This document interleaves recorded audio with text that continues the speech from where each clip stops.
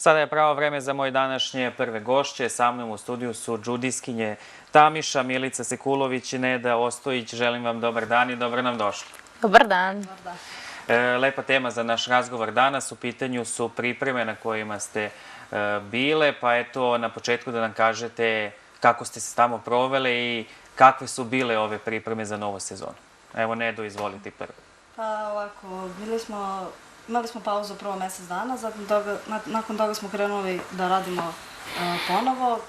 Klub je organizovan svakidašnje pripreme, kao što ste rekli, u manastiru Poganovo kod Pirota. Manastir je Sveti Jovan Bogosloven i tamo nas je dočekao iguman Mardarije koji nas sa ostalim monasima jako lepo ugostio i to je bilo nešto što smo prvi put doživele kao džudisti, tako da prezadovoljni smo, utisci su fenomenalni, cijela organizacija je ispala fenomenalno i otvorili smo neku novu priču što se tiče džudoa i što se tiče takvih priprema. To je super. Milice, kako je tebi bilo tamo na pripremama u manastiru, svakako ne svakidašnje iznenađenje džudo kluba?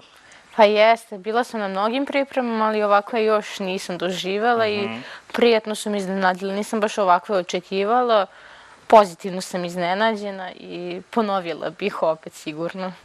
Kada su u pitanju pripreme, eto na šta je najviše, na šta ste bacile fokus kada su u pitanju ove pripreme? Na čemu se najviše radilo? Pa pošto smo imali pauzu, krenuli smo sa bazom, to je sa kondicijom, tako da je uglavnom to bilo tema tih priprema, znači više trčanje, vežbe snage i pomalo smo ulazili u džudo da se vratimo. Milice, je li bilo teško? Pa inače ja ne volim da trčim, ali tamo mi je baš bilo lepo da trčim i taj pogled i onda trčim sa zadovoljstvom, stvarno. Baš je lepo. Svakako, ovog leta bile ste dosta aktivne. Svakako, eto, bitno je da kažemo da ste ugostili selektora nemačke kadetske reprezentacije Slavka Tekića koji je održao jedan kvalitetan trening sa svim, pa možemo da kažemo i mladim borcima i sa svim članovima džudo kluba Tamiš. Jeste, mi smo mlad klub, samim tim mladi treneri su uključeni u tu priču i svaka pomoć sa strane, pogotovo tako vrhunskih trenera, je nama mnogo znači i videli smo nešto novo kako mi kao klub i treneri, tako i deca. Mislim, džudo nije sport gde se treba zatvoriti u salu i samo mi raditi, treba da učimo i nove stvari. Mnogo napreduje sport i džudo, tako da smo u tom smislu prezadovoljni i mnogo hvala gospodinu Tekiću što je došao i što nam je učinio čast da bude deo ekipe i pokazao ovoj mladoj generaciji šta još može džudo da pokaže. Da se vratimo na prošlu sezonu, kako ste zadovoljni, kako je to sve protekao, rezultatima, da li ste zadovoljni svemu? Pa, s obzirom da klub radi samo 4 meseca, mi smo prezadovoljni. Imali smo 2 značajna takmičenja u inostranstvu i bilo je pregršt medalja. Samim tim se pokazao i rad naš kao trenera i rad ove dece. Tako da, prezadovoljni smo i samo tako nek nastaje, bit će to još mnogo uspeha. Milice? Pa, zadovoljna sam, može bolje. Nisam se baš prostila na ovim državnim prvenstvima, ali bit će bolje, sigurno. Koji su sada planovi za neki naredni period? Eto, uskoro kreće i nova sezona. Pretpostavljam da ste spremne i da imate velika očekivanja. Pa, krajem septembra imam svetsko prvenstvo, ovo školsko, što će biti u Beogradu i tu se nadam da će biti neki uspjeh. Tu bi želela da se pokažem.